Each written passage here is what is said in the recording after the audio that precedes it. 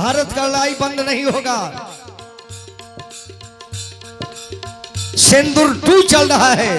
सिंदूर 3 भी होने वाला है। सिंदूर लड़ाई बंद नहीं का भारत के सिंदूर का, जब तक ले पाकिस्तान के सेना अध्यक्ष जो बना है ना मनीर का, जले मनीर का जले उनका के तूरे बना तरह उनका के छोड़े बना बुझाता। लड़ाई बंद ना हो सिंदूर के, जब तक तोड़ेंगे नहीं मनीर के तब तक नहीं छोड़ेंगे अपना मनाई खुदा से तकदीर के। हई हो पना चले हई हो आज लो हमन गले देश के, यह देश का अखंडता एकता हो। हिंदू मुस्लिम सिख ईसाई हम सब है भाई भाई। मेरा भारत यह कह दिया कि हम क्षमा करेंगे, लेकिन वही करेंगे जिसके लिए हमारे भारत का आन बान स्वाभिमान बरकरार रहे।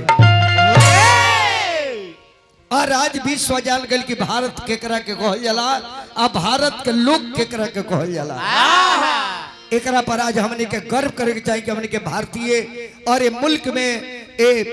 देश में पैदा होके के सौभाग्य मिल बा। एकरा खातिर ये भारत सरकार, भारत के नागरिक, भारत के पूरा हिंदू समाज, मुसलमान समाज हर वर्ग के दिल से जय हिंद, जय भारत, जय हो भारत माता के लोग। अभी अभी कलाकार के द्वारा इस सब भजन सुननी हनुमान जी के जाना पूरा एक गीत संगीत के कवरेज करे खातिर जिला बलिया उत्तर प्रदेश से आयल बनी। जोगी बाबा के दरबार में जोगी बाबा के सरकार में रहे वाला हमारा छोट भाई कहीं या चेला कहीं या हमार अनुयायी कहीं या हमार भक्त कहीं या हमार समाज के एगो व्यक्ति कहीं। हरिकेश तिवारी जी अपन चैनल निकाल बानी, वो चैनल का नाम हरिकेश तिवारी म्यूजिक लाइव जाना माध्यम से, तिवारी म्यूजिक लाइव जाना माध्यम से आज पूरा देश और विदेश में मैसेज आई कि सिवान और गोपालगंज छापरा जिला कोई के नाम हो। ऐसे हरिकेश तिवारी जरूर का अभिनंदन करो। जोगी बाबा के दरबार में रहो, जोगी बाबा के सेवक है, जोगी बाबा के वोटर है, जोगी बाबा के शुभचिंतक है, जोगी बाबा के तरफ से जोगी सरकार के हार्दिक अभिनंदन। संगे संगे हमारे बूटन बाबू, बूटन अभी जेंदर एक है तंदत महाराज रसगुल्ला बाबा तन लहरा के झलक दत। अरे हे गणनायक मंगलदायक, अरे वेद पुराण के ज्ञाता हमारा पाता, अरे हमारा पाता बावे, अरे रौरे बानी भगियों के विधाता हमारा पाता।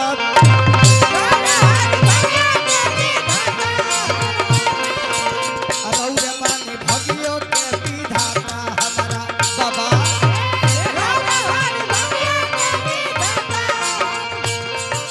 हे गणनायक मंगलदायक बाबा, हे गणनायक बाबा, हे गणनायक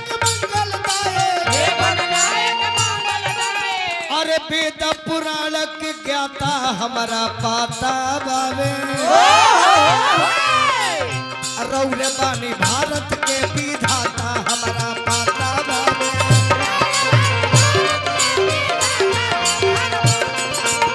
रौरे बानी भारत के विधाता हमारा भारत के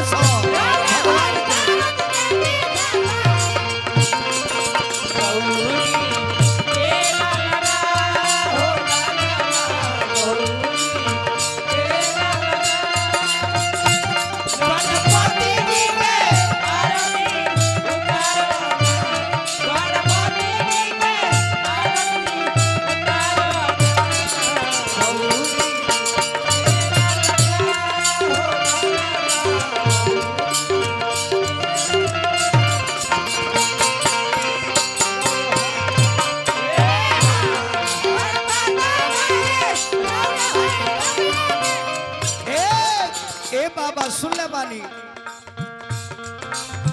अछत चंदन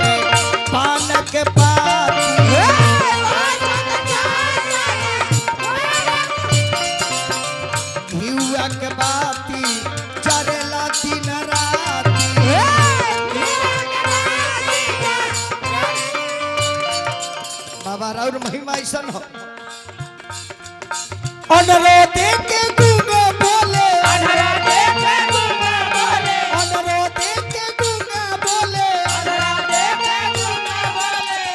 अरे लगड़ो फानती खाता हमारा पाता बावे और महिमा ऐसा है ए हरकेश बाबा गणपति भगवान का महिमा ऐसा हो अनहर देखेला बहिर कीर्तन सुन लेला गूंगा आदमी हरे राम कहेला लंगड़ आदमी पहाड़ पर चढ़ जाला जैसा मरचेला एगो लंगड़ा बा अरविंद सिंह अभियंता नाम हो रोज सब जानते बानी पैर हैया नहीं खे फिर भी वही कूदा तक आवता इस सब बाबा की कृपा है आदमी के ना इस सब हमने के भारत के देवता लोग कृपा हो और भारत के जनता के कृपा हो जनता भारत के जनता को कौन विश्व नहीं जानता भारत के जनता को कौन विश्व में नहीं जानता आज सारे दुनिया भारत के लोहा मानता वही है भारत का जनता बुटन बाबा भारत का लड़ाई बंद नहीं होगा सिंदूर 2 चल रहा है सिंदूर 3 भी होने वाला है सिंदूर लड़ाई बंद नहीं का भारत का सिंदूर का जब तक ले पाकिस्तान के सेना अध्यक्ष जो बना है ना मनीर का चले मनीर का चले उनका के तूरे बना तरह उनका के छोड़े बना जाता लड़ाई बंद ना हो सिंदूर के जब तक तोड़ेंगे नहीं मुनीर के तब तक नहीं छोड़ेंगे अपना मनाए खुदा से तकदीर के हयो पना चले हयो आज लो हम गए देश के यह देश का अखंडता एकता हो हिंदू मुस्लिम सिख ईसाई हम सब है भाई भाई इसमें दूसरा आएगा वो मार खाएगा हिंदुस्तान का हिंदू मुस्लिम सब हम एक है एक रहेंगे सेफ रहेंगे अनेक का जवाब देंगे मुनीर ऐसा कितना मुनीर पैदा होगा भारत को बाल बक्का नहीं करेगा एगो सेना ही हो ये हमारा भारत के सेना ही होगा कुशवाहा साउंड सर्विस अब मिलने का पता हरदिया मोड़ यही मोर का नाम हरदिया मोर देखो तो ऐसा विश्व में नाम बा जहाँ हरदी हरदी हरदिया मोर जहाँ हरदिया वो जिना होला केहू का दुख दरदिया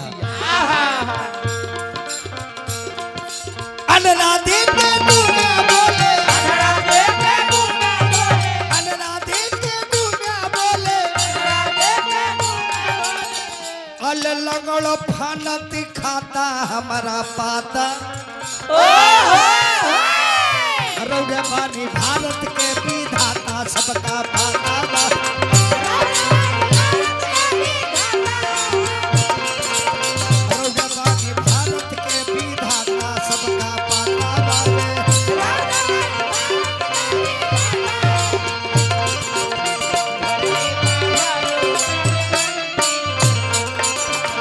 घर में पधारो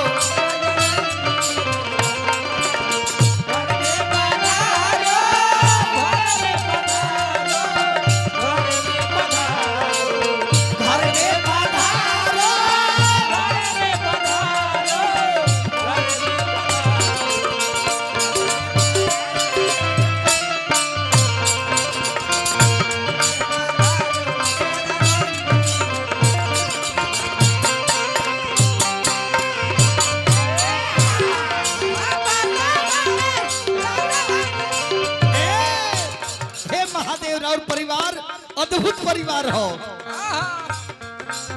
माता गौरा पार्वती पिता महादेवा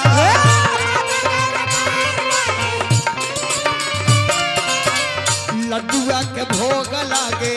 लोग कर सेवा